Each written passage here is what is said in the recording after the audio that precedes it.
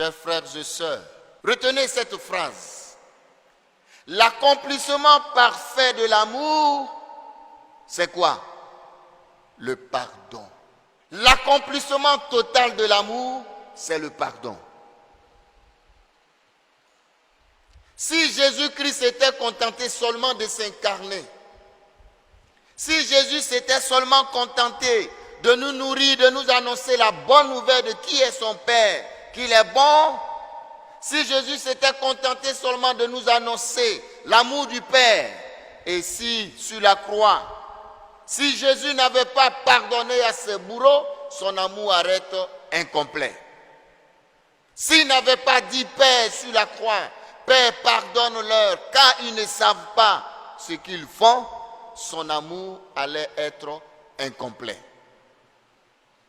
Celui qui dit que j'aime et qui ne pardonne pas n'a pas l'amour dans son cœur. Chers frères et sœurs, celui ou ceux que tu fais du bien, le jour où cette personne va t'humilier, cette personne sera indifférente de ta personne, bafouer ta dignité, ne pas reconnaître le bien que tu as fait ou te blesser. C'est le jour-là, on verra si ton amour atteint son paroxysme. Chacun de nous doit pouvoir s'interroger sérieusement sur le sens profond du pardon. Nous le constatons tous les jours dans notre vie. Pardonner à ceux qui nous ont fait du mal, c'est contraire à la mentalité d'aujourd'hui. Le pardon n'est pas naturel.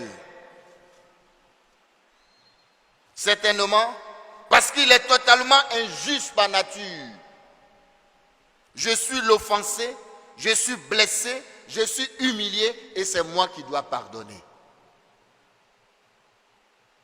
Pas question. Le pardon ne s'oppose pas seulement à la nature, il semble même impossible, surtout lorsqu'il s'agit des crimes affreux. Quand j'ai été violé par mon père, c'est difficile de pardonner. Quand aujourd'hui, il y a beaucoup de cas, quand le père couche avec sa mère, quand le père couche avec sa femme et avec sa fille, et qu'on me dit de pardonner, cette petite histoire que je raconte, cette jeune fille qui est née de l'amour de son père et de sa mère quand ils étaient étudiants. Après, le monsieur est parti se marier, la femme aussi ailleurs, et la femme n'a pas pu se remarier. Et le monsieur a récupéré sa fille, il s'est marié légalement, même à l'église, une histoire vraie. Il a eu des enfants. Il a récupéré sa fille qu'il a eue quand il était étudiant. Il n'aimait pas trop. Et un jour, même dans sa propre maison, elle était maltraitée. D'après lui, il dit à sa fille, « Tu es l'erreur de ma jeunesse. » Et j'ai connu cette fille. J'ai marché avec cette fille. Quand elle venait à la catéchèse, elle était toute heureuse. Mais quand elle devait repartir à la maison, elle était malheureuse. Parce que son père lui a dit, tu es l'erreur, moi je ne suis pas désiré. Et l'évangile lui dit, ma fille, il faut pardonner.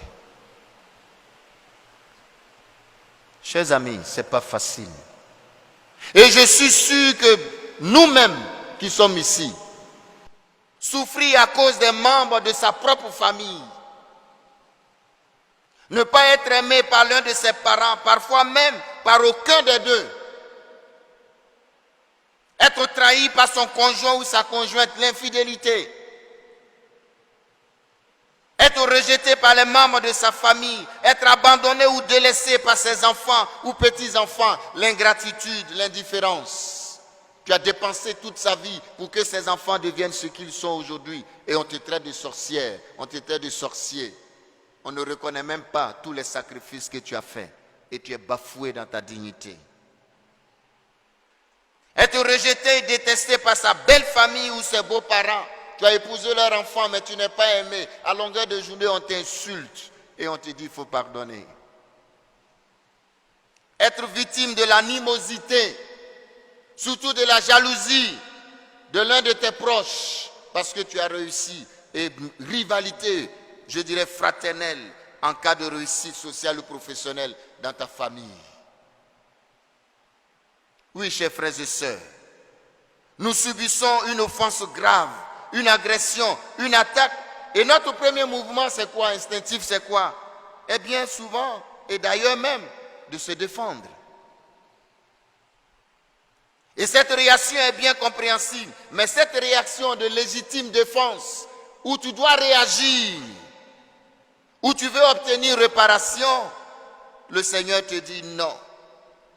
Et c'est ce que l'Évangile nous dit. Pierre pensait être généreux en pardonnant jusqu'à 7 fois. 7 est un chiffre symbolique qui symbolise la totalité. Mais dans son propos, Pierre reste encore dans la logique du comptable. Si je t'ai pardonné 1 fois, 2 fois, 3 fois, ça suffit. Et Jésus dit non. Mais 7 fois, 77 fois, 7 fois. Ce qui veut dire pardonner encore et toujours pour chacune des offenses. Ce que Jésus nous demande, il a vécu lui-même. Et je l'ai dit, sincèrement je vous le dis, à méditer profondément l'amour de Jésus-Christ. Si le Christ ne nous avait pas pardonné sur la croix, je ne serais jamais prêtre. J'allais dire que son message est incomplet. Il est bafoué, rejeté et même tué. Mais il a osé avec courage pour dire, Père, ne leur compte pas ce péché. Ils ne savent pas ce qu'ils font. Il nous a donné l'exemple du pardon. Chers frères et sœurs, suivre le Christ et choisir le Christ ne nous donne aucune excuse ou raison de ne pas pardonner.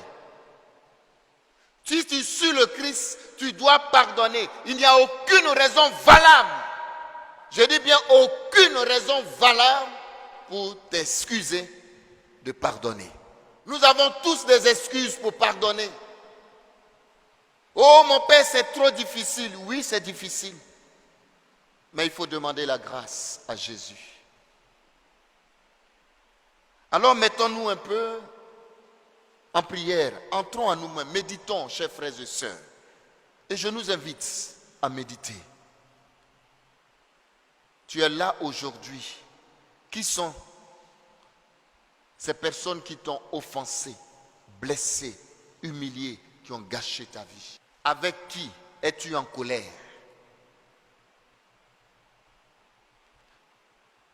La haine qui t'habite, c'est pour qui?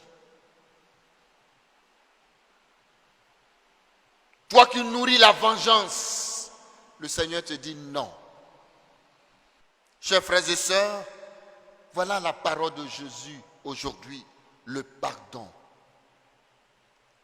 Tu dois aujourd'hui, avant de sortir de cette Eucharistie, prendre la décision de pardonner à celui ou celle qui t'a blessé, humilié. Tu n'as pas d'excuse. Et Jésus, pour mieux se faire comprendre le sens profond du pardon, Jésus va nous raconter cette parabole que nous avons tous entendue. Il compare Dieu à un roi qui voulut régler ses comptes avec ses serviteurs. On lui amène un qui devait 10 000 talents, c'est-à-dire 60 millions de pièces. Comptez 1, 2, 3, jusqu'à 60 millions de pièces. 60 millions, je ne dis pas 60 000, 60 millions de pièces. Et l'autre lui devait que 100 pièces. Devant Dieu, nous sommes des débiteurs incapables de rembourser. Nous péchons chaque jour. Personne ne mérite une seule grâce. Tellement nous sommes pécheurs. Mais Dieu nous pardonne. Le pardon de Dieu est définitif. Et toi, pourquoi mets-tu une restriction à ton pardon? Pourquoi ton pardon est limité? Si le Seigneur se comporte ainsi à l'égard de chacun de nous et des hommes, c'est pour nous apprendre à suivre son exemple à l'égard de ceux qui nous ont fait souffrir ou qui nous font souffrir. Mon frère, ma soeur, entre au plus profond de toi. Tu sais les personnes qui t'ont blessé ou qui te font souffrir. Et je pense à cette femme. Son mari lui a dit, écoute, tes seins sont tombés, je ne t'aime plus, je suis fatigué. Alors que cette femme s'est sacrifiée pour qu'il devienne ce qu'il est. Et pour dire que, écoute, tu n'es pas la femme de ma vie. Comment pardonner? Dans nos relations de tous les jours, dans nos amitiés, nous sommes tous blessés dans nos différentes communautés religieuses, dans nos groupes de prière, de chorales, dans nos associations, dans nos familles. Nous sommes tous blessés par un autre.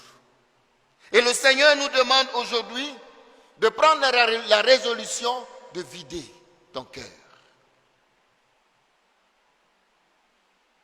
Aujourd'hui, Jésus nous invite à tendre la main à l'offenseur pour l'aider à se relever. Oui. Ne te laisse pas habiter par la colère et la haine. Pardonner, c'est aimer, oui, mais c'est repartir ensemble sur de nouvelles bases, même si la blessure est profonde. Chers frères et sœurs,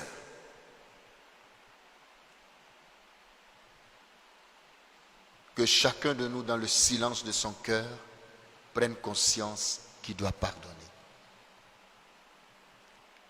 Et pour y arriver, il faut demander l'aide et la grâce de l'Esprit Saint. Que personne ne sorte de cette Eucharistie avec le ressentiment de colère et de haine. Avant de prier avec vous, je voudrais raconter une histoire que peut-être beaucoup d'entre vous connaissent déjà. Il s'agit, et ça sera ma conclusion avant de faire la prière, il s'agit de deux amis qui marchent dans le désert. Deux grands amis, deux potes.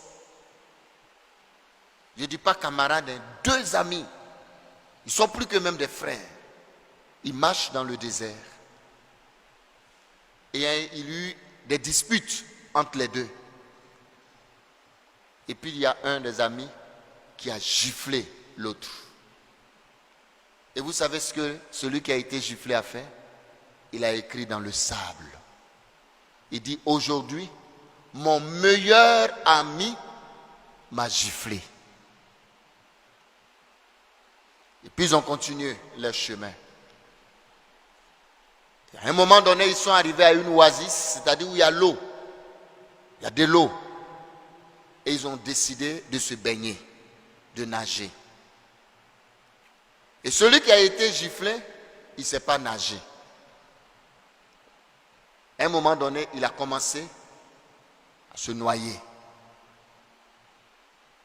Et celui qui l'a giflé, qui sait nager, va sauver son ami. Il le sauve, il l'amène au bord du rivage. Quand il reprend son souffle, il va écrire sur une pierre, aujourd'hui, mon meilleur ami m'a sauvé la vie. Et celui qui l'a sauvé, qui sait nager et qui l'a giflé, lui demande, mais pourquoi est-ce que quand on a eu notre dispute et que j'étais giflé, tu as écrit sur le sable? Et quand j'ai été sauvé la vie, tu écris sur une pierre. Et l'autre de répondre, quand quelqu'un te blesse ou te fait mal, il faut, et on écrit dans le sable, pour que le vent du pardon l'emporte. Mais quand il te fait du bien, il ne faut jamais oublier ce bien-là. Parce que c'est ça qui solidifie notre amitié. Chers frères et sœurs, c'est la conclusion. Que la haine qui t'habite, la colère, la vengeance, la rancœur qui t'habite, il faut l'écrire dans du sable, c'est-à-dire qu'il faut pardonner. Il faut laisser tomber. Celui qui t'a fait du mal, sans doute il t'a fait du bien. Et regarde le bienfait. Parce que la colère nous détruit. La haine nous détruit. La vengeance nous détruit. Mais le pardon nous guérit. Recueillons-nous et prions. Seigneur, Dieu de vérité et de miséricorde, je souffre d'avoir été blessé par mes proches. Et je te demande